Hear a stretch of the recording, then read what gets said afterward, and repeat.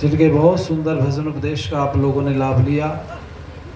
आदरणीय श्री कृष्णदेव मुनि जी, आर्य जगत के बहुत उच्च कोटि के उद्घोषक विद्वान आदरणीय बहनपाल शास्त्री जी, हमारे बीच में बहन छवि आर्य, भाई अन्नू जी और कार्यक्रम के सूत्राधार इस देहराचक गांव के सभी धर्म प्रेमी सज्जन, हमारे बीच में मोहतिनपुर से उपस्थित है आदरणीय प्रधान जी, अन्य सभी धर्म प्रेमी सज्जन, पूजनी वंदनी मातृशक्ति। बहुत सारी बातें आप लोगों ने अभी सुनी है और मुझे लगता है कि अगर आर्य समाज नाम का शब्द हटा दिया जाए तो लोगों को कोई आपत्ति बातों से नहीं है, क्योंकि लोगों को जब कृष्ण को चोर बताया जाता है तब आपत्ति नहीं होती। हम तो उसको योगी बता रहे हैं, तो योगी बताने पर कोई आपत्ति नहीं होगी। एक मिनट,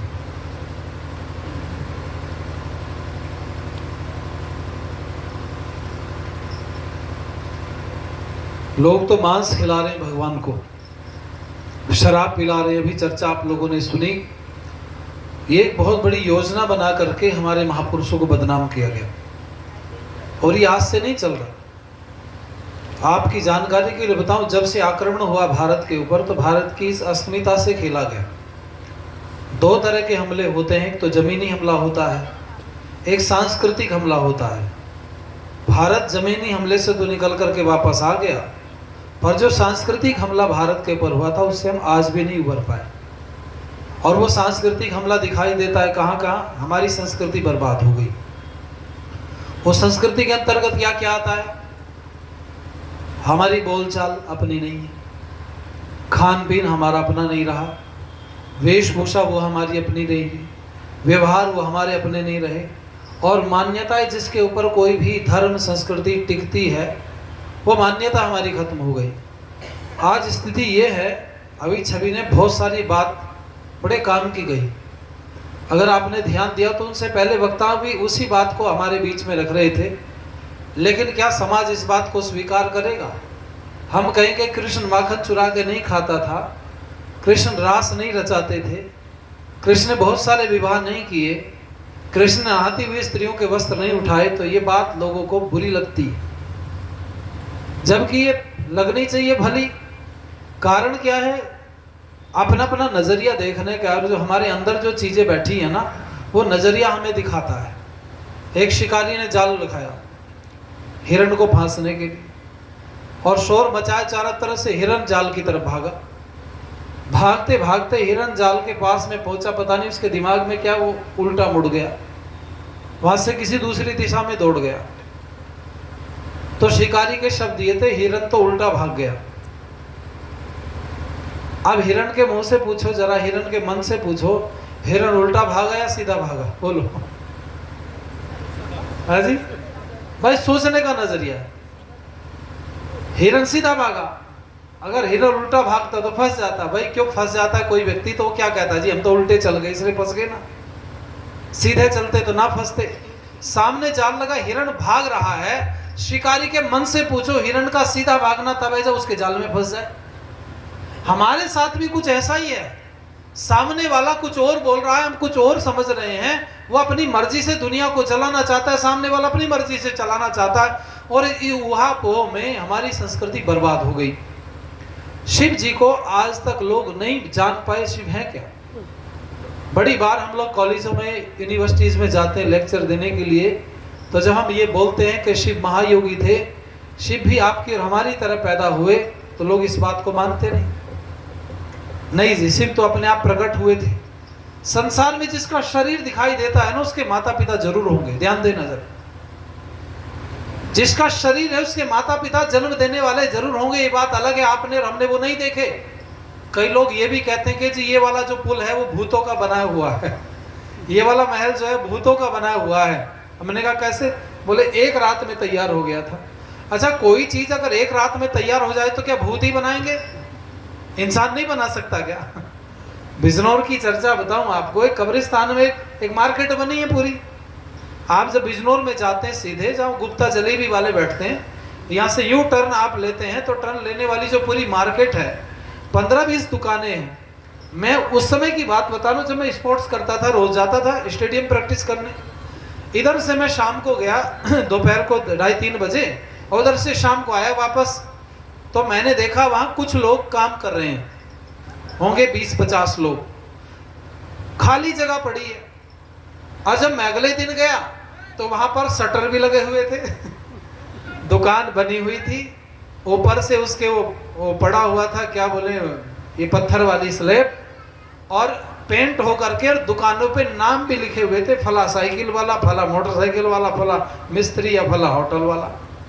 एक रात में तैयार, क्योंकि उसमें मुकदमा चल रहा था। उन्होंने शनिवार को शाम को काम शुरू किया और रविवार में पूरा कर दिया। क्या हम ये कह सकते हैं कि वो भूतों ने बनाया होगा?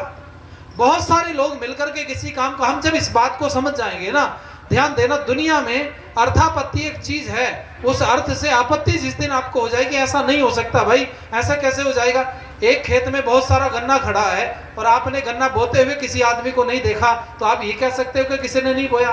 क्यों जी? ये तो नहीं कह सकते किसी ने गन्ना नहीं लगाया। बस इसी विषय को समझना है, आर्य समाज इस सनातन धर्म का विरोधी नहीं है। एक बात ये समझनी पड़ेगी, आर्य समाज का धर्म क्या है? कभी ये लोगों ने नहीं पूछा हमसे। लोग ये तो कहते रहे कि हम तो हिंदू हैं और तुम्हारी समाजी, लेकिन ये तो प्रश्न तुलना ही गलत है। कभी लोगों ने ये नहीं पूछा कि आर्य समाजियों का धर्म क्या है। अगर पूछते तो पता चलता। आर्य समाजियों का वही धर्म है जो आप सबका और हमारा धर्म है। जो सनातन दूसरों का धर्म है वही आर्य समाज का भी धर्म है। आपने एक तुलना जरूर सुनी कि हम तो हिंदू हैं तुम आर्य समाजी हो। कभी तुमने ये तुलना सुनी कि हम हिंदू हैं तुम आरएसएस वाले हो? किसने बोला हो? हम हिंदू हैं तुम बजरंग दल वाले हो, हम हिंदू हैं तुम धन धन वाले हो, हम हिंदू हैं तुम निरंकारी हो, हम हिंदू हैं तुम व्यास वाले हो, हम हिंदू हैं तुम रामपाल के चेले हो? कभी किसी ने बोला क्या? जबकि जितनों के मैंने नाम लिए संस्थाओं को छोड़ करके, ये बाकी वाले मतमतांतरों के रूप में। आप रामपाल के चेलों को देखोगे तो क्या रामपाल के चेले कृष्ण को कृष्ण मानते हैं? क्या राम को राम की तरह मानते हैं? क्या 88,000 जो ऋषि उनके मानते हैं? क्या जिस हवन की चर्चा हम करते हैं उस हवन को मानते हैं? नहीं मानते। लेकिन आज तक दुनिया में कोई व्यक्ति ये कहने को तैयार नहीं कि हम तो सनातनी और तुम रामपाल के चेले, तुमसे हमारा कोई लेना देना। किसी ने नहीं बोला। आपने निरंकारियों के विषय में बहुत सुना होगा लेकिन किसी ने नहीं बोला। धन वालों के विषय में खूब सुना होगा लेकिन किसी ने नहीं बोला। कारण क्या है? ये लोग बोलने वालों की कमी नहीं है, ये तो एक नैरेटिव हमारे दिमाग में फंसाया गया कि ऐसे होता है। जानबूझ करके किसी को टारगेट जब किया जाता है तो वैसा ही हो जाता है। गांव में एक व्यक्ति निकल रहा हो यहां से, एक आदमी कहे भैया ये तो आज पागल हो गया, अच्छे भले आदमी को बोल दो और योजना बना करके 10 आदमी रास्ते में खड़े हो जाओ, फिर आगे वाले चुप चुप चर्चा करो, इससे बच के रहना, ये तो पागल हो गया। 3-4 जगह चर्चा कर दो, अच्छे भले विद्वान आदमी को पागल बना देगा गांव या नहीं? बोलो। 4-5 बार बोलो और वो आकर के अगर आपके पास आराम से भी बात करेगा ना तो कई तो कहेंगे भैया इस समय हो सकता है इसका दिमाग थोड़ा ठीक काम कर रहा है, बेचारे का है ये पागल ही। वो पागल नहीं था, उसको बनाया हमने। हमारे धर्म के साथ भी यही हुआ। जब झूठ हजारों बार बोला जाएगा और बार बार बोला जाएगा तो यही स्थिति आएगी जो भगवान कृष्ण के साथ हुई। भगवान कृष्ण की वो वाली बातें नहीं बोली गई जो उन्होंने काम किए। जो बल पुरुष की चर्चा होनी चाहिए थी वो चर्चा नहीं हुई। चर्चा कौन सी हुई? जो काम कृष्ण भगवान ने कभी नहीं किए। आप सोचो, जो बच्चा पैदा हुआ आप सब जानते हैं कहां? बंदी गृह में, या यूं कहिए कि माता पिता नजर बंद कर रखे थे। ऐसी परिस्थिति में पैदा हुआ, नंद बाबा के यहाँ पर पालन पोषण हुआ। पालन पोषण होने के बाद में जब युवावस्था की दहलीज पर आ रहे थे तब गुरुकुल में चले गए। आचार्य संदीपन के गुरुकुल में पढ़ करके आए और जब वहां से वापस पढ़ करके आए तो उस समय पर आते युद्ध में लग गए। तो जी कंस को मारा और कितनों की साथ में। अब मैं पूछना चाहूंगा, एक बच्चा गुरुकुल में गया, वापस पढ़ करके जवान होकर के आया और आते ही फिर दुष्टों को मारने में लग गया, तो रास कब रचाया? माखन चुरा करके कब खाया? वो कौन सी अवस्था थी? वो कौन सी उम्र थी? अच्छा, अगर चोरी करने से कोई व्यक्ति महान होता है तो हम चोरी कर लेंगे, क्या हो गया? क्यों जी? हम नहीं मांगेंगे सांप को आपसे घी दूध, हम जा करके रसोई में चुरा चुरा करके खा लेंगे। बोलो माता जी को कैसा लगेगा? क्यों जी? कहेगी सुनो आप भजन गाने आए, हवन कराने, अच्छी बात है, और मेरी रसोई में बिना मतलब मत धसना। अच्छा लगेगा बुरा लगेगा? और अगर चोरी करना अच्छा है तो किसी के घर चोरी हो जाती तो फिर रिपोर्ट लिखाने क्यों जाते हो? ये मान लिया करो कि कोई कृष्ण आया होगा और चोरी करके ले गया होगा।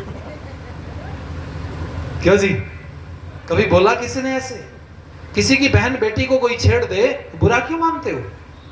फिर तो ये मान लो ना कि कृष्ण भी तो यही काम करते थे। कोई कृष्ण होगा जिसने बहन बेटी को छेड़ दिया होगा? ये पागलपन की बातें हैं। ये सुनने सुनाने तक अच्छी लगती हैं, लेकिन जब जीवन में किसी के घटती हैं तो व्यक्ति फिर तर्क का सहारा लेता है। एक आदमी मिला हमें, कहने लगा जी सबकी बात ठीक होती है। हमने कहा जी ठीक है, सबकी बात ठीक होती है। तो हमने कहा कैसे? कहने लगा सबके विचार अपने अपने ठीक होते हैं। वो अध्यापक थे, पढ़ाते थे स्कूल में। मैंने स्कूल में उनके लेक्चर जाकर दिया। मैंने कहा जी आपके स्कूल में कोई फेल तो नहीं होता? बच्चों ने कहा जी होते हैं। मैंने कहा होना नहीं चाहिए कोई फेल। बोले जी क्यों? मैंने कहा सबके विचार ठीक होते हैं। अगर एक बच्चे ने 2 + 2 5 लिख दिया तो 5 मानता है, तुम्हें काटने वाले कौन होते हो? तुमने किस आधार पर काटा? उसकी मान्यता तो 5 थी ना। ऐसे नैरेटिव सनातन धर्म में फंसाए गए। हालांकि आपकी जानकारी के लिए बताऊं, पाखंड केवल हमारे सनातन धर्म में नहीं है, ये तो छोटा सा पाखंड है। अगर पाखंड देखना तो उनमें जाइए आप। समझ गए आप? दिन भर कितना भी पाप कीजिए और ये थोड़े से बाल पकड़ करके एक बार बोल दीजिए तौबा, सारे खत्म। अरे बोलो हाँ या ना? ये पोर्शन इसीलिए बचाया जा रहा है। किस लिए? दिन भर पाप करो, दुनिया भर के गड़बड़ काम हो जाए, पकड़ करके 2-4 बार बोल दो, खत्म हो जाएगा। अच्छा, और इससे भी आगे गए ईसाई। ईसाइयों से पूछा गया भाई तुम्हारे यहाँ पाप माफ करने का क्या प्रोग्राम है? तो शास्त्री जी उन्होंने कहा हालेलुया बोल दो, सब खत्म हो जाए। यार कमाल है। एक आदमी ने कहा जी देखो तर्क करने वाले बहुत है दुनिया में। उसने कहा एक आदमी बोल ही नहीं सकता हालेलुया, गूंगा है वो, फिर क्या करें? उसने कहा मन से बोल दे। एक आदमी ने कहा वो मन से बीमार पड़ा हो, फिर क्या करें? बोले उसके लिए तू बोल दे। हमने कहा कोई दूसरा भी बोलने वाला ना मिले तो उसने कहा एक काम करो। बोले क्या? उसके लिए पादरी बैठा वो बोल देगा। हमने कहा पादरी भी ना बोले, जीवन भर वो ईसाई नहीं रहा, वो गड़बड़ काम करता रहा, मर गया, उसका क्या होगा? तो उन्होंने कहा यार चिंता मत करो। बोले क्या? कि पादरी से एक लेटर लिखवा लाना उसकी सिफारिश में, जब मर जाए तो उसके मरे हुए के ताबूत में डाल देना, उसका भी कल्याण हो जाएगा। आप सोचो ऐसी स्थिति है। सनातन धर्म में पाखंड नहीं है। सनातन धर्म में पाखंड आया दूसरों से। अब आप समझना जरा। ईसाइयों ने बोला कि लेटर लिखवा करके ताबूत में रख दो तो उसके सारे पाप माफ। उन्होंने बोला पकड़ करके बोल दो सारे पाप माफ। अब आप सुनो जरा बौद्धिस्टों का हिसाब। बौद्धिस्टों के यहाँ पर घूमिए आप लद्दाख आदि में, तो बड़े बड़े उनके मंदिर मठ बने हुए हैं गोल गोल से। और उसमें उन्होंने क्या काम किया हुआ है? जैसे बेलन होता रोटी बनाने वाला माताओं का, उस बेलन को इतना बड़ा बना लो, मतलब बीच में से इतना चौड़ा कर लो, और ऊपर नीचे का डंडा ऐसे एक बैरिंग नीचे फिट करो, एक ऊपर, वो गोल घूमने वाला हो जाएगा। समझ गए? ऐसे समझो आप। और वो क्या काम करे? उसकी चारों तरफ घूमने की जगह हो, और पकड़ करके दिन भर जितने पाप किए तुमने, चाहे पंछी मार करके खाए या इंसान मारा, जो काम किया, शाम को बस गुम्पा में जाओ और सीधे हाथ से घुमाते चले जाओ, गोल गोल गोल गोल गोल गोल 5-7 चक्कर काट दो। जितनी बार घुमा दोगे उतना, एक बार घुमाने में एक पाप माफ। समझ गए आप? सुबह से शाम तक 10 बार घुमा दिया आपने, मान लो 5 पाप किए थे और घुमा दिया 10 बार, तो 5 पुण्य तुम्हें मिल गए, कल को 5 फालतू कर लेना। पाप माफ करने में बेलन गाड़ दिया जमीन में, भाई कमाल की बात ही है। उसको घुमाओ सारे पाप माफ। और सुनो, कितने मतांतरों की बात करूं, सबने पाप माफ करने का ठेका ले रखा है। ये सनातन धर्म एक अकेला ऐसा है जिसके वेद शास्त्र उपनिषदों में कहीं कोई पाप माफ करने का प्रोग्राम नहीं है। अगर है तो यह है अवश्य में भोक्तव्यम कृत कर्म शुभाशुनो, जो करोगे वो भोगना पड़ेगा, इससे पीछा छूटने वाला नहीं। लेकिन हमारे यहाँ भी जब पौराणिक जगत का बोलबाला हुआ तो उन लोगों ने कहा यार चक्कर मत पड़ो यार, समाज ये नहीं मानते। बोले और हम पाप माफ कर देंगे। हमने कहा कैसे? कि कोई कथा सुन ले तो कथा सुनने से सारे पाप, बोलो जरा, अरे बोल तो दो, माफ। हमने कहा यार कथा ना सुन सके, बहरा आदमी हो, तो बोले पैसे दे के कथा करा दे, उसके भी सारे पाप। हमने कहा यार पैसे भी ना दिला सके तो करने लगे गंगा जी नहा ले, फिर सारे पाप।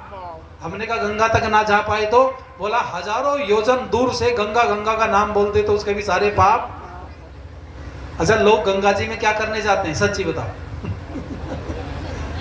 ईमानदारी से बताना। मेरी दादी कहा करती थी कि जो दूसरों के गन्ने तोड़ के खाता वो माह में बहुत नहाता।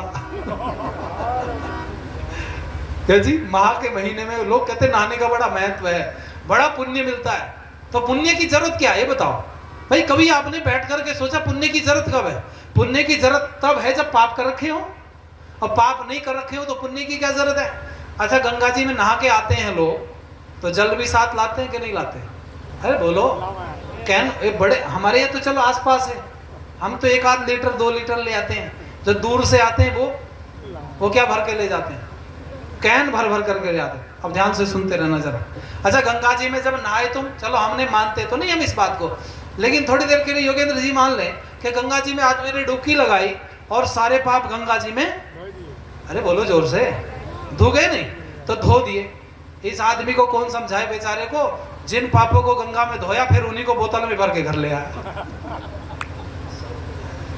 है जी। और छोड़े तो अपने थे और भर के सबके ले आया। मान लो पूरा मोहल्ला नहा रहा था आगे, और सब नहा करके 100 पाप धुले, किसी ने अपने एक ही धो के आया था और बोतल में भर लिया 100 पाप और घर ले जाके रख दिया। अरे गंगे गंगे, कमाल है भाई। लोगों ने तो कहानी बताई, उन्होंने कहा लोग ने गंगा जी में जब नहाए ना तो हे भगवान जो कुछ पाप पुण्य किए थे सब कैसे हो गए, जब पाप धुलेंगे तो पुण्य का बचा लोगे, वही तो धुल जाएंगे, फिर तो कोरा कागज हो गया। तभी सारे तो एक ही जगह हैं, पर ध्यान दीजिएगा। लोगों ने कहा गंगा में हमने पाप धुए, गंगा ने कहा बड़ा तेज इंसान है। लोगों ने खैर गीत बना दिया, राम तेरी गंगा मैली हो गई पापियों के पाप धोते। गंगा ने कहा सुन खबरदार, ज्यादा बकवास मत कर। बोले क्यों? कि पाप करने वाला बड़ा तेज था, सारे धोके चला गया, तो मैं क्या तुम्हें पागल दिखाई देती हूँ? हमने कहा तुम क्या करती हो माता जी? माता जी ने कहा हम सारे पाप समुद्र को देते ले जाके, अपने पास एक भी नहीं रखते। फिर आदमी ने फिर समुद्र का पानी पिया, बड़ा खारा पानी। फिर कहा समुद्र से इसलिए तेरा पानी खारा है, सारी दुनिया के पाप लिए घूमता है।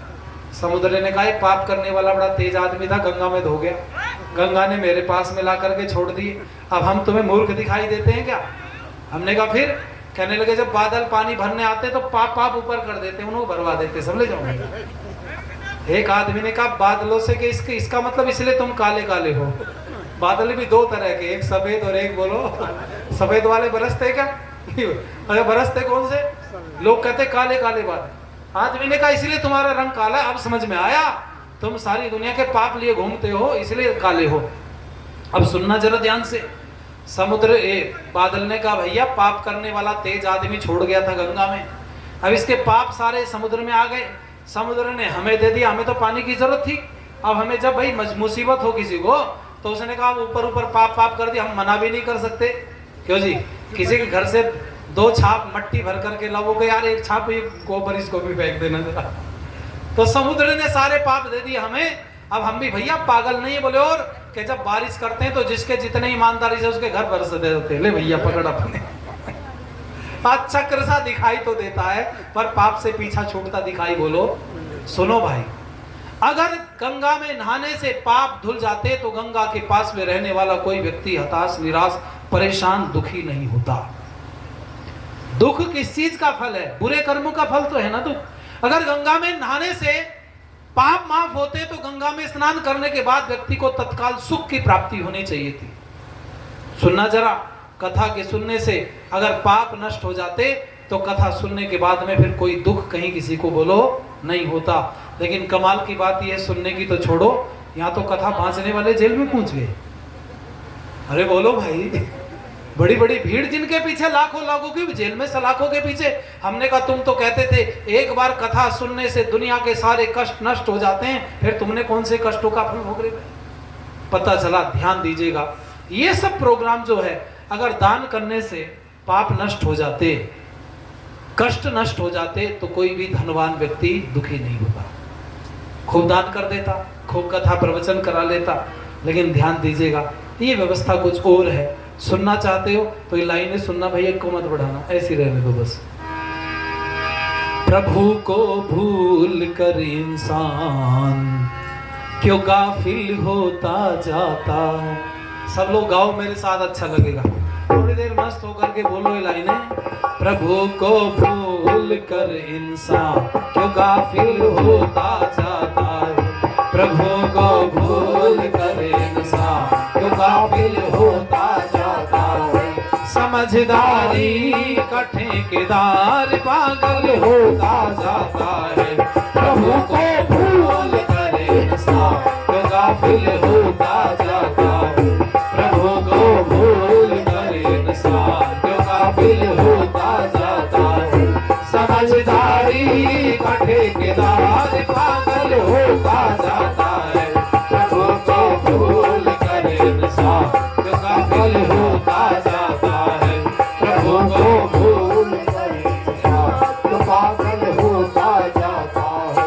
ये भवसागर से तरना चाहता है जोर बाजू से, ये भवसागर से तरना चाहता है जोर बाजू से, कभी उसकी दया का पार, कभी उसकी दया का पार साहिल होता जाता है, प्रभु को भूल कर इंसान गाफिल होता जाता है, प्रभु को भूल कर इंसान गाफिल होता जाता है। समझदारी का ठेकेदार पागल होता जाता है, प्रभु को भूल कर इंसान गाफिल होता जाता है, प्रभु को भूल कर इंसान गाफिल होता जाता है। मास्टर जी थोड़ा माइक दूर करो। करने की अगर तो साथ ही अभिमान करता है, करने की अगर तो साथ ही अभिमान करता है, बोया अमृत में विष इतना, बोया अमृत में विष इतना भी शामिल होता जाता है, प्रभु को भूल कर इंसान क्यों गाफिल होता जाता है। समझदारी का ठेकेदार पागल होता जाता है, प्रभु को भूल कर इंसान क्यों गाफिल होता जाता है, प्रभु को भूल कर इंसान क्यों गाफिल होता जाता है, प्रभु को भूल कर इंसान क्यों गाफिल होता जाता है। इसलिए भाई सुनना जरा ध्यान से, ये व्यवस्था जिस दिन हमारी समझ में आ गई तो आधे कष्ट तो वैसे ही माफ हो जाएंगे। अभी लोगों को संशय है, और संशय आत्मा विनश्यति, संशय से जीवन नष्ट होता है हमारा। और संशय क्या है लोगों को? संशय लोगों के मन में ये है क्या पता ऐसे भी होता हो, क्या पता ऐसे भी हो जाए। और मैं आप सबकी जानकारी के लिए एक बात बताना चाहूँगा, जरा ध्यान दीजिएगा मेरे शब्दों के ऊपर। ये जो पाखंड है, ये पाखंड है क्या? पापस्य खंडनम इति पाखंड। जो पाप का एक छोटा सा टुकड़ा है उसी को पाखंड कहा गया है। अब आप समझिएगा इसमें पाप क्या है, जितना भी पाखंड है उसमें पाप क्या है ये समझना पड़ेगा। जैसे लोगों ने कहा कि भाई मूर्ति को भोजन कराना पाखंड है। अच्छा, मूर्ति में अंतर है, मूर्ति दो तरह की है। एक मूर्ति मनुष्य के हाथ की बनाई हुई है, एक मूर्ति परमात्मा के हाथ की बनाई हुई है। मनुष्य की बनाई मूर्ति आती जाती खाती पीती नहाती धोती नहीं है, और परमात्मा की बनाई मूर्ति आती जाती खाती पीती नहाती धोती भी है। अब मैं आपसे एक प्रश्न पूछूं, जरा ध्यान दीजिएगा। ये इतने सारे लोग बैठे हैं मंच पर, और ये बैठे हैं 4 ऊपर और 4 नीचे, 8 लोग बैठे हैं। एक व्यक्ति ने सोचा है बड़े अच्छे भजन गा रहे हैं, इनको 1 गिलास पानी पिला देते हैं, और हमें पानी की जरूरत नहीं है, और ये पानी मांग रहे हैं। नीचे से बैठे मुनि जी ने ऐसे इशारा किया जरा 1 गिलास पानी देना, और वो हमारे ही आगे पीछे घूम रहा है, जी ले लो, थोड़ा सा ले लो, 1 घूंट ले लो, जरा सा ले लो। अब मैं आपसे पूछूंगा, आप अलग बैठे देख रहे हैं, आप न्याय करो सब जने, मेरे से इनके पक्षधर न होकर के एक न्याय बताओ मुझे आप सब जने। पानी पिलाने वाले को किसको पिलाना चाहिए? जबरदस्ती करके 1 घूंट हमें पिलाना चाहिए या प्यासे को पानी पिलाना चाहिए? बोलो जोर से जरा, शायद समझ में बात आ गई होगी, इसमें कोई बहुत मुश्किल बात नहीं है। हम भी यही कहना चाहते हैं, जिसको पदार्थ की आवश्यकता है उसको सौंप दीजिए, जो पदार्थ को किंचित मात्र भी ग्रहण नहीं कर रहा उसको पदार्थ देने से कोई लाभ होने वाला नहीं। मैंने बहुत सारे ट्रैक्ट लिखे हैं, एक ट्रैक्ट लिखा था पिताजी जल्दी आओ भगवान मर गया। वास्तविकता यही है, मनुष्य ने आज भगवान को मार दिया। कैसे मार दिया? परमात्मा ने मनुष्य को बनाया या मनुष्य ने परमात्मा को बनाया? क्यों जी? सामान्य सी बात है, आप उत्तर दे सकते हो अगर जरूरी समझो तो।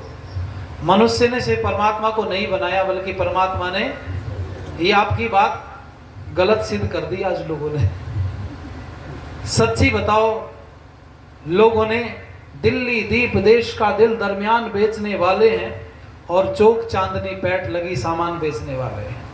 परमात्मा आज सामान की तरह बिक रहा है। आप सोचो जरा, मनुष्य ने परमात्मा को बनाया। कैसे बनाया? आप अपनी जेब में कुछ पैसे डाल करके भगवान को खरीदने निकल जाओ, मिलेगा या नहीं मिलेगा? बोलो। नहीं मिलेगा। अरे मिल जाएगा। सोच के उत्तर देना गुड़िया। दुकान से जाते हो तो मूर्ति भगवान की नहीं मिलती आपको? अरे बोलो जरा।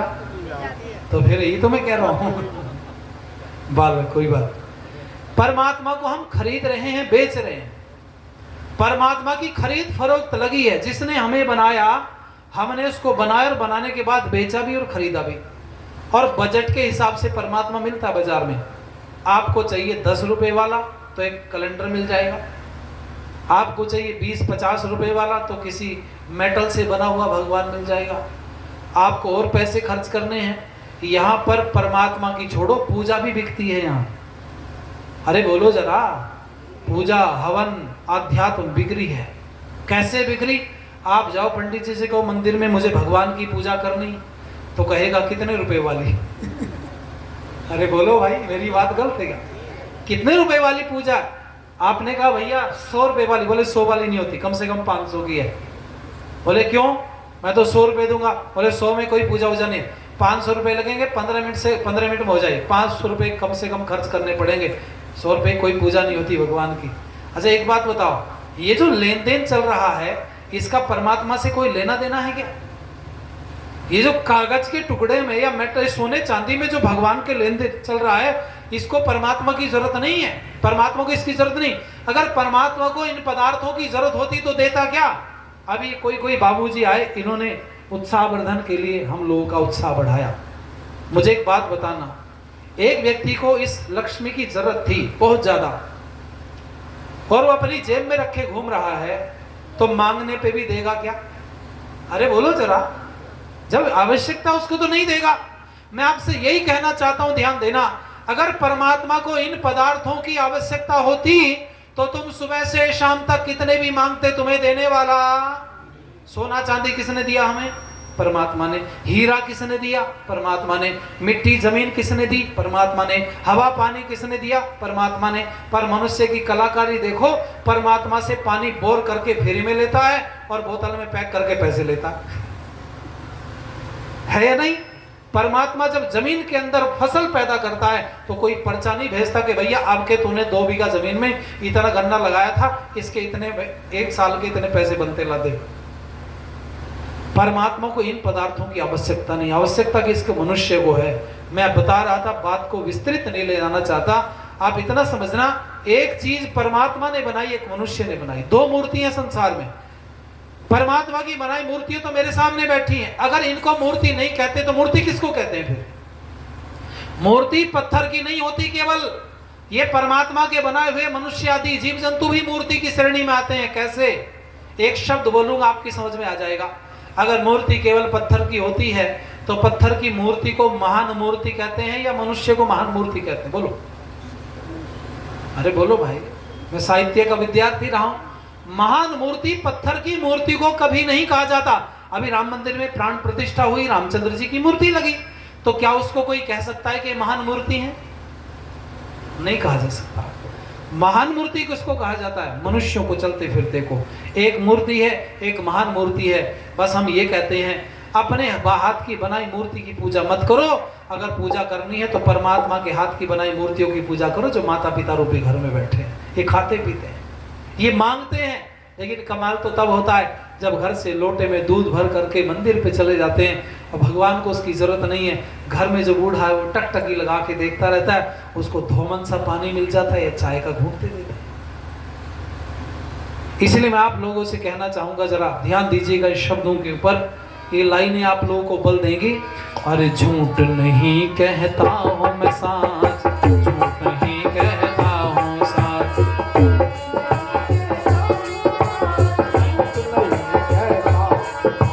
झूठ नहीं कहता हूं मैं साच, झूठ नहीं कहता हूं साच, झूठ नहीं कहता हूं मैं साच, झूठ नहीं कहता हूं साच, झूठ नहीं कहता हूं मैं साच, झूठ नहीं कहता हूं साच। शिक्षा ले लो यही समय है, शिक्षा ले लो यही समय है, यह जग क्या है विद्यालय है। शिक्षा ले लो यही समय है, यह जग क्या है विद्यालय है। अरे तुझे क्या खबर नहीं है, पुस्तक यहाँ हरे के हृदय।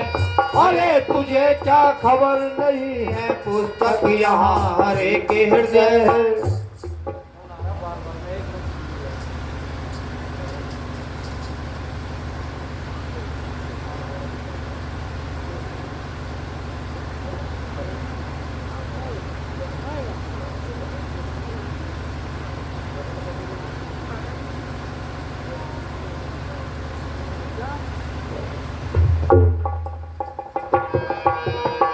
शक्कर जर जेवर नकली, आंख दांत दिल बजगर नकली। घी शक्कर जर जेवर नकली, आंख दांत दिल बजगर नकली। अफसर नकली, नेता नकली, भक्त है नकली तो ईश्वर नकली। अफसर नकली, नेता नकली, भक्त है नकली तो ईश्वर नकली। जान न पाते चतुर पारखी, वो जान न पाते चतुर पारखी। हीरा कौन कौन है खास, झूठ नहीं कहता हूँ मैं साथ। झूठ नहीं कहता हूँ साथ, झूठ नहीं कहता हूँ मैं साथ। झूठ नहीं कहता हूँ साथ, झूठ नहीं कहता हूँ मैं साथ। झूठ नहीं कहता हूँ साथ। माना तूने सिंह पछाड़े, मस्ती गजों के दंत उखाड़े। माना तूने सिंह पछाड़े, मस्त गजों के दंत उखाड़े। अरे हुआ क्या शत्रु दुर्ग पर, तूने विजय के झंडे गाड़े। अरे हुआ क्या शत्रु दुर्ग पर, तूने विजय के झंडे गाड़े। जीत न पाया जब तू अपने, ओए जीत न पाया जब तू अपने अंदर घुसे शत्रुगण पात। झूठ नहीं कहता हूँ मैं साथ, झूठ नहीं कहता हूँ साथ। झूठ नहीं कहता हूँ मैं साथ, झूठ नहीं कहता हूँ साथ। झूठ नहीं कहता हूँ मैं साथ, झूठ नहीं कहता हूँ साथ। शिक्षा ले लो यही समय है, यह जग क्या है विद्यालय है। शिक्षा ले लो यही समय है, यह जग क्या है विद्यालय है। अरे तुझे क्या खबर नहीं है, पुस्तक यहाँ हरे के हृदय। अरे तुझे क्या खबर नहीं है, पुस्तक यहाँ हरे के हृदय। जाने उसी को आलिम ज्ञानी, अरे जाने उसी को आलिम ज्ञानी, जिसने ये पुस्तक ली बात। झूठ नहीं कहता हूँ मैं साथ, झूठ नहीं कहता हूँ साथ। झूठ नहीं कहता हूँ मैं साथ, झूठ नहीं कहता हूँ साथ। झूठ नहीं कहता हूँ मैं साथ, झूठ नहीं कहता हूँ साथ। लेकर जो बंदूक दुनाली, करते भारत की रखवाली। लेकर जो बंदूक दुनाली, करके भारत की रखवाली। वो जवान शादी बारात के आगे बजा बजा कर ताली। वो जवान शादी बारात के आगे बजा बजा कर ताली। हया शर्म को छोड़ सड़क पर, अरे हया शर्म को छोड़ सड़क पर, नाच रहे बेहुदे नाच। झूठ नहीं कहता हूँ मैं साथ, झूठ नहीं कहता हूँ साथ। झूठ नहीं कहता हूँ मैं साथ, झूठ नहीं कहता हूँ साथ।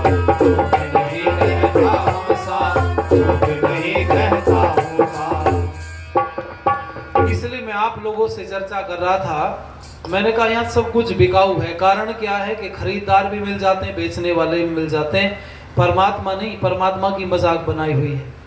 और अगर जरा सा विश्लेषण सुनना है परमात्मा का, तो 1 मिनट का समय और दो, आप समझने का प्रयास करना। मनुष्य अपने जैसा परमात्मा को मान बैठा है। हमें लगती है सर्दी, तो हमने सोचा भगवान को भी क्या लगेगी। अरे बोलो भाई, मंदिरों में हीटर लग गए भाई। अच्छा, हमें लगती गर्मी, तो हम सोचते हैं भगवान को भी लगती होगी गर्मी। हमने घर में एसी लगाया, तो भगवान के मंदिर में भी एसी लगा दिया। उन भोले लोगों से ये कोई पूछे, अगर भगवान को सर्दी लगती है तो बर्फ में रहने वाले लोगों की फिर भगवान सहायता नहीं करता होगा? क्यों जी? अगर बर्फ में कहीं फंस जाओ और तुमको हे भगवान बचा ले, तो फिर परमात्मा वहां नहीं आएगा। जब तुम ही ठंड में ठिठुर रहे तो वो काहे को जाएगा? कभी सोचा नहीं मनुष्य ने? ये विश्लेषण सुनिएगा, अच्छा लगेगा। अच्छा, गर्मी में जब परमात्मा नहीं जा सकता है, तो मैं आपसे पूछूंगा, जब भयंकर गर्मी या आग में तुम घिर जाओ और तुमको हे भगवान बचा ले, तो वो नहीं आएगा, क्योंकि तुम्हें भी गर्मी लगती है, भगवान को भी लगती है कि गर्मी? अगर भगवान को गर्मी लगती है ये मानते हो, तो इससे ज्यादा कमजोर और भगवान दुनिया में किसका हो सकता है? हमारे लोगों ने, सनातनी लोगों ने भगवान को कायर, कमजोर, बुजदिल बना दिया। काशी में भगवान विश्वनाथ को मलेच्छों के डर से कुएं में कूदा दिया। इसलिए लोगों ने कहा कि भाई वो जो भगवान ये थे, उन्होंने कहा कि भाई अगर मलेच्छ हाथ लगा देंगे तो मैं पवित्र हो जाऊंगा। ऐसा भगवान किस काम का भाई? परमात्मा तो परम पवित्र सत्ता है, उसको कौन गंदा कर सकता है? भगवान विश्वनाथ इस डर से कुएं में कूद गए। बनारस में कहते हैं कि मलेच्छ हाथ न लगा ले मूर्ति से, और वो कहते हैं कुएं की पूजा होती रही, क्योंकि कुएं में पड़े बाहर निकले नहीं। अब तो मलेच्छ चले गए, अब तो बाहर निकल के आ जाते भगवान। पर नहीं, मजाक बनाया भगवान का। और हमारे भोले भाले लोग सीरियस समझ लेते हैं सारी बातों को। और सुनो, आप जरा ध्यान देना, अगर आप माने हो कि सर्दी गर्मी भगवान को लगती है, आपको भी लगती है, तो ऐसे भगवान का क्या अचार डाले आदमी? क्या करेगा बोलो भाई? कहीं फंस गया, मुसीबत में आ गया, और लोगों को लगता है कि हम भी पानी में डूब जाते हैं, भगवान भी डूब जाता होगा। क्यों जी? फिर जल के अंदर रहने वाले जीवों की रक्षा परमात्मा कैसे कर पाएगा? फिर आकाश में उड़ने वालों की परमात्मा रक्षा कैसे कर पाएगा? ध्यान देना, ये परमात्मा का लोगों ने मजाक बना लिया। और कैसा मजाक बनाया? तो सुन लो, हमने अपने जैसा भगवान को बनाया। हमने जो खाया भगवान को वही खिलाया। जिसको लड्डू पेड़े अच्छे लगते हैं वो भगवान को लड्डू पेड़े चढ़ाता है, और जिसको हलवा पसंद है भगवान को, बोलो जरा, हलवा खिलाता है। जिसको खीर पसंद है भगवान को खीर चढ़ाता है। जिसको पूरी पसंद है भगवान को पूरी चढ़ाता है। जिसको लड्डू बूंदी के पसंद है वो बूंदी के चढ़ाता है। जिसको मावे के पसंद वो मावे के चढ़ाता। और किसी को तिल के लड्डू पसंद है तो भगवान को तिल के लड्डू चढ़ाता है। अब एक बात बताना, भगवान एक है या अनेक है? तो उसकी, आप अकेले हो तो आपको क्या सब तरह के लड्डू पसंद है? इस भोले आदमी से कोई ये पूछे अगर भगवान को अपने जैसा माना तो उसके साथ व्यवहार बिहेव भी तो अपने जैसा करो। अरे आपको भी तो एक ही तरह का लड्डू पसंद होगा ना, सब तरह के तो नहीं होंगे। अब परमात्मा से तो पूछा होता पहले के कौन से वाले लाऊं, तब ले जाते। उससे बेचारे से पूछा नहीं, एक बार चढ़ा रहे दबा के। जैसा खुद खाया भगवान को वैसा खिलाया। अब और अलग विश्लेषण सुन लीजिए जरा। पहाड़ में पत्थर में रहने वाले लोगों का भगवान पत्थर का बन गया, और लोहार का भगवान लोहे का बन गया, और सुनार का भगवान, बोल दो जरा, सोने चांदी का बन गया। और मिट्टी में रहने वालों का भगवान मिट्टी का बना, और लकड़हारे का, लकड़ी का काम करने वाले का भगवान, बोलो जरा, लकड़ी का बन गया। मिट्टी, लोहा, चांदी, सोना, तांबा, पीतल, भगवान का मेटल तैयार। अलग तरह से भगवान को बनाया। और सुनो, यहाँ तक नहीं रुका मनुष्य, इससे अगला विश्लेषण सुनो, तुम्हें बड़ा आनंद आएगा। जो लोग गोरे चिट्टे थे ना, उनका भगवान भी गोरा चिट्टा, और जो लोग सांवले थे उनका भगवान, बोलो, और जो बिल्कुल काले थे उनका भगवान काला। पहाड़ में जाओगे, पहाड़ में मूर्तियां मिलेंगी सफेद गोरी चिट्टी मूर्तियां, हमारे वाली मिलेंगी सांवली सी, थोड़ी सी गेरुए रंग की। और दक्षिण भारत में बिल्कुल काले पत्थर की मूर्ति मिलेगी। कोई आदमी काला तो उनका भगवान भी, बोलो, है मनुष्य की खोज भगवान। कुछ मूर्तियां तो ऐसी हैं दुनिया में जिनका मुंह, हाथ, पैर कहीं दिखाई नहीं देता, कुछ भी नहीं चमकता। आंख पता नहीं कैसे पत्थर में यूं निशान से बना दिए। क्या है जी? भगवान की आंख है। नाक, ये भाई शर्म आनी चाहिए। अगर भगवान अपने जैसा बनाया तो कोई सुंदर सी मूर्ति तो बनाते। कई जगह तो उल्लूक चुलूक कुछ उठा के रख दिया, वही भगवान बना दिया। हमारे सनातन धर्म में क्या है, प्रश्न उठाने में मना कर दिया लोगों ने। प्रश्न मत करना। अच्छा, काहे को ना प्रश्न करें? क्यों जी? भाई एक बात मुझे माफ करना, देखो वो गाली दो तो दे देना खूब, मुझे क्या बिगाड़ोगे। एक आदमी को लड्डू पसंद थे, उसने लड्डू चढ़ा दिए। अच्छा जी, अच्छा चिड़िया भी भगवान को खिलाना चाहे तो क्या खिलाएगी? अरे बोलो तो सही भाई, दाना खिलाएगी जो चुग्गा खाती है। और भगवान ना करे किस दिन सुअर ने कहा कि भाई भगवान को भोग लगाओ अपने भोजन का। क्या कमाल है। अगर अपनी मर्जी से लोग खिलाने लगे तो भगवान थोड़ी रहेगा फिर। तो कोई शब्द मेरे पास में नहीं है। परमात्मा इन सब चीजों से दूर है। अगर मनुष्य के हाथ परमात्मा लग जाता ना, किसान के हाथ लगता तो जाडों में गन्ना छुलवाता और गेहूं की कटाई करवाता, और माताओं के हाथ लग जाता तो बर्तन मजवा देती घरों में। बड़ी परेशान, भगवान आके जरा 2 बर्तन पड़े नमाज दे। हाथ नहीं लगता, परमात्मा दूर है लोगों से। एक आदमी ने, लोग कहते हैं कि परमात्मा पहले पृथ्वी पे ऐसे घूमता था हमारी तरह। लोग कहते हैं, इसमें भी बड़ी कहानी जोड़ रखी लोगों ने। आप जरा सा विश्लेषण सुनिए, आपको आनंद आएगा। परमात्मा बोले हमारी तुम्हारी तरह घूमता था पहले। बोले फिर क्या हुआ? तो उसने कहा फिर ये हुआ, एक जंगल में आग लगी। एक तो था अंधा, एक था लंगड़ा। जो अंधा था उसके हाथ पैर मजबूत थे, जो लंगड़ा था उसकी आंख बहुत बढ़िया थी। अब अंधे ने लंगड़े से कहा कि भाई देख, अगर जान बचानी है तो मुझे तेरा सहारा चाहिए और तुझे मेरा। वो ठीक है, और चल दिए। वो अंधा बैठ गया, अंधे के कंधे पे बैठ गया, लंगड़ा बैठ के जंगल से बाहर आ गया। बड़ा भगवान का धन्यवाद करा। तो अंधे ने कहा एक बार मेरा भी कर दे धन्यवाद। भगवान कहां से आ गया इस बीच में? भाई भगवान का मतलब क्या? निकाल कर मैं लाया जंगल से। लंगड़े ने कहा बकवास मत कर ज्यादा, धन्यवाद तुझे मेरा करना चाहिए था, वहीं टकरा टकरा के मर जाता। आग की तरफ को चल देता तो कौन बचाता? मेरा कर। दोनों एक दूसरे से लड़ने लगे। उसने कहा मेरी वजह से बचा, उसने कहा मेरी वजह से बचा। अब मैं आपसे पूछूं, चला आप फैसला कर दो सारे लोग, किसकी वजह से कौन सा बचा? अरे बोलो तो सही। दोनों एक दूसरे की वजह से बच गए। अभी आनंद आएगा आपको। दोनों ने कहा कि चलो इसका निर्णय भी भगवान पे छोड़ेंगे। दोनों बैठ गए, हे भगवान प्रकट हो जा किसी तरह से, हमारी मनोकामना पूरी कर। अलग अलग बैठ गए दोनों। परमात्मा ने सोचा देखो चलो कोई बात नहीं, मनोकामना पूरी कर देते हैं। जब पहले अंधे के पास गए, उसने कहा अंधे से बोले हाँ, अच्छा बताओ अंधा क्या मांगेगा सबसे पहले? अरे जोर से बोलो। गलत सोच रहे भाई साहब, जरा भी पोल पट्टी पूरी भूल जाए तुम्हारी। थोड़ी देर पहले तो लड़ाई हुई थी जम के, और लंगड़ा क्या मांगेगा? सुन लो जरा।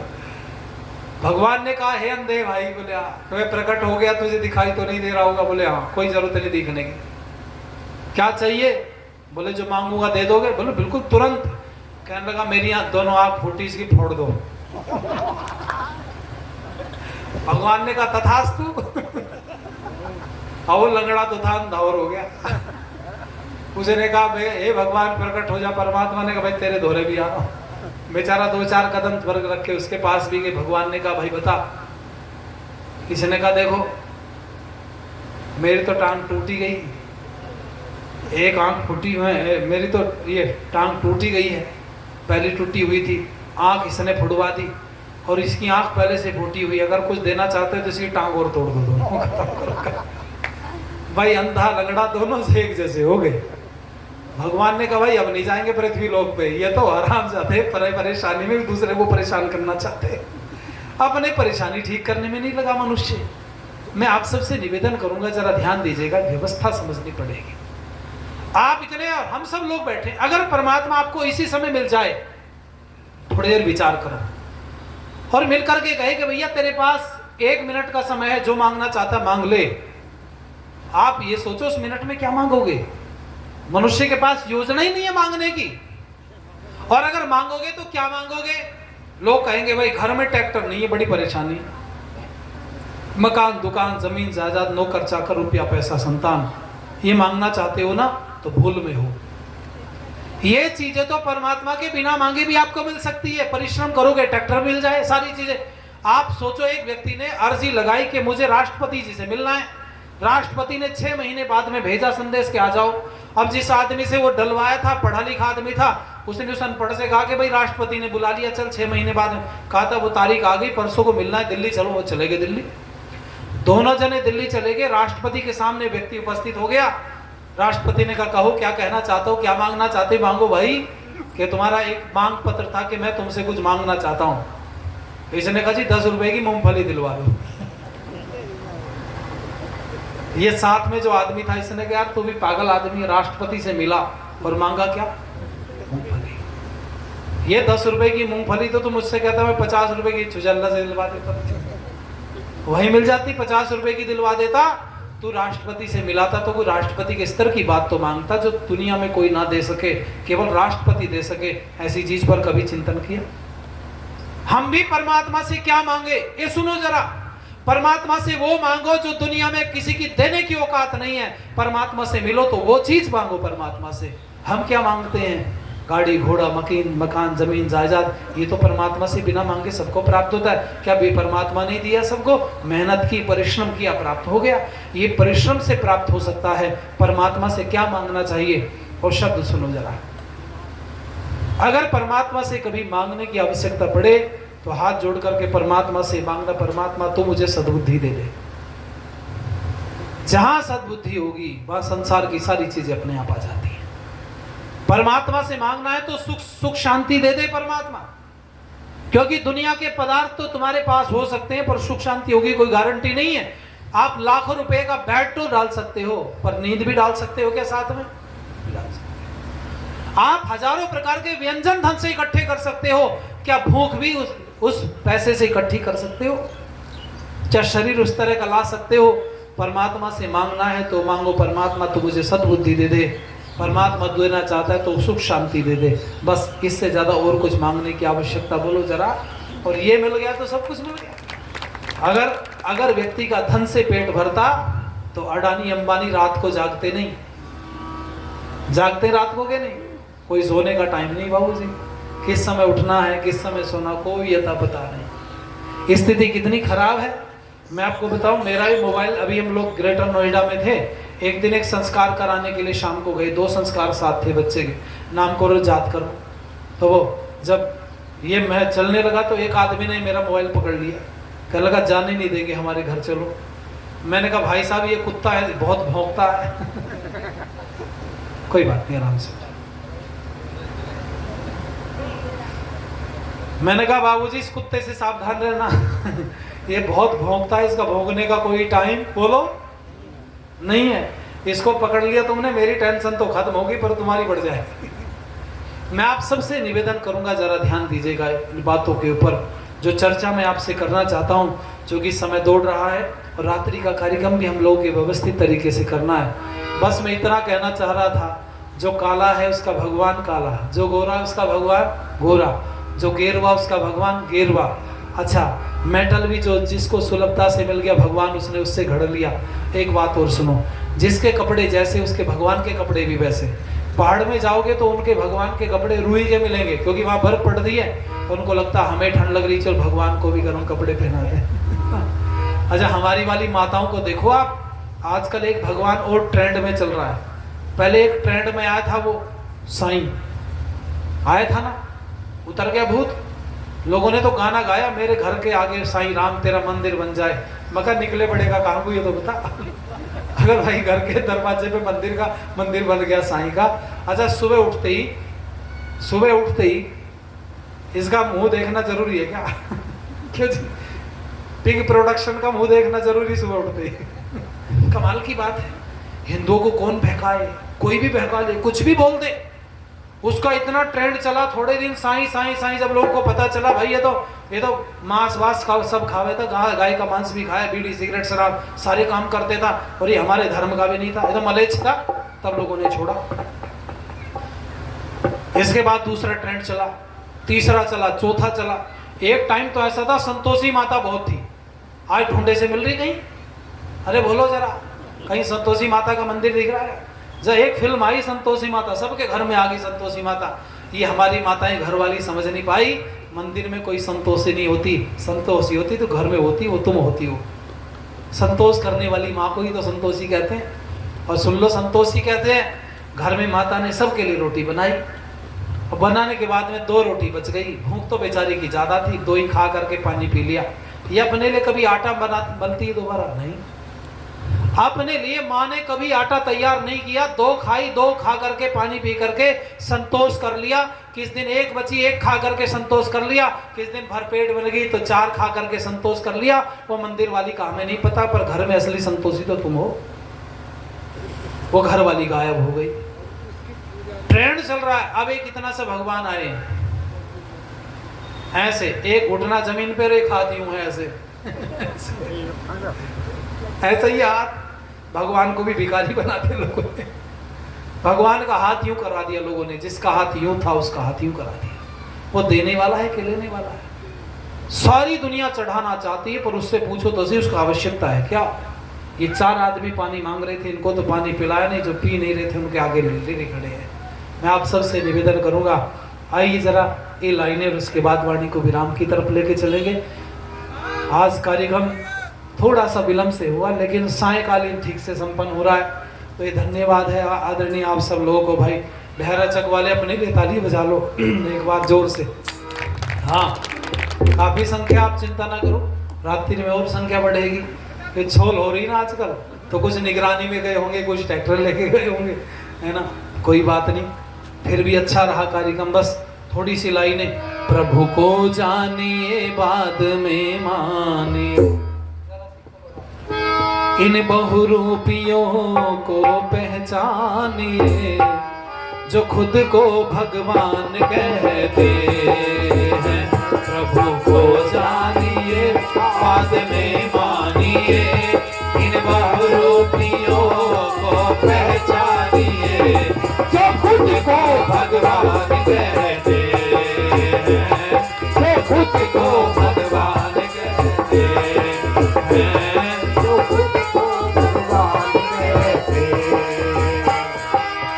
सत्य प्रकृति चित जीवात्मा, सत्य प्रकृति चित जीवात्मा, सच्चिदानंद है वो परमात्मा, सच्चिदानंद है वो परमात्मा। दिखलाई आँखों से ना दे सके, दिखलाई आँखों से ना दे सके, इसलिए निराकार परमात्मा, इसलिए निराकार परमात्मा। वो है अजर और रहता अमर, अब है उसको किसी का न डर, यही तो विद्वान कहते हैं, जो खुद को भगवान कहते हैं। प्रभु को जानिए बाद में मानिए, इन बहुरूपियों को पहचानिए, जो खुद को भगवान कहते हैं, जो खुद को भगवान कहते हैं, जो खुद को भगवान कहते हैं। कर्मों का फल दे ना माफ करे, कर्मों का फल देना माफ करे, वो तो न्यायकारी है इंसाफ करे, वो तो न्यायकारी है इंसाफ करे। तेरी स्वतंत्रता मानव को, तेरी स्वतंत्रता मानव को, पुण्य करे चाहे पाप करे, पुण्य करे चाहे पाप करे। करता दया वो तो शिवों पर, करता दया वो तो शिवों पर, तभी तो दयावान कहते हैं, जो खुद को भगवान कहते हैं। प्रभु को जानिए बाद में मानिए, इन बहुरूपियों को पहचानिए, जो खुद को भगवान कहते हैं, जो खुद को भगवान कहते हैं, जो खुद को भगवान कहते हैं। इसलिए आप लोगों ने थोड़ी देर बैठ करके सुना, और मैंने एक विश्लेषण आपके बीच में रखा। हालांकि आधा अधूरा है, पूरा सुनना है तो आगे के कार्यक्रमों में सत्रों में आपको मिलेगा। आप लोगों ने बहुत ध्यानपूर्वक बैठ करके सुना, मैं हृदय से आप सबका धन्यवाद करते हुए वाणी को विराम देता हूँ। रात्रि का जो कार्यक्रम है वो ठीक 7 बजे से हम लोग प्रारंभ करेंगे, लगभग 10 बजे तक वो कार्यक्रम चलेगा। आप लोग समय से उपस्थित हों, यानी आशा और कामनाओं के साथ शांति पाठ करेंगे। सीधे बैठे। ओम देव शांति अंतरिक्षम शांति पृथ्वी शांतिरापः शांतिरोषधयो शांति वनस्पतयः शांतिर्विश्वे देवा शांति ब्रह्म शांति सर्वं शांति शांतिरेव शांति सामा शांतिरेधि ओम शांति शांति शांति। बोलो सत्य सनातन वैदिक धर्म की यदा पुरुषोत्तम श्री रामचंद्र की जय हो। योगीराज श्री कृष्ण चंद्र की जय हो। महर्षि दयानंद सरस्वती की, गुरु प्रजानंद दंडे की, संसार के श्रेष्ठ पुरुषों की, जगत जननी भारत माता की जय हो। वेद की ज्योति जलती रहे, ओम का झंडा ऊंचा रहे, आर्य समाज अमर रहे, सत्य सनातन वैदिक धर्म की जय। प्रणव ध्वनि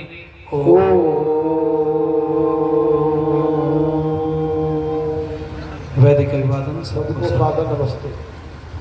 प्रभु नाम जपो और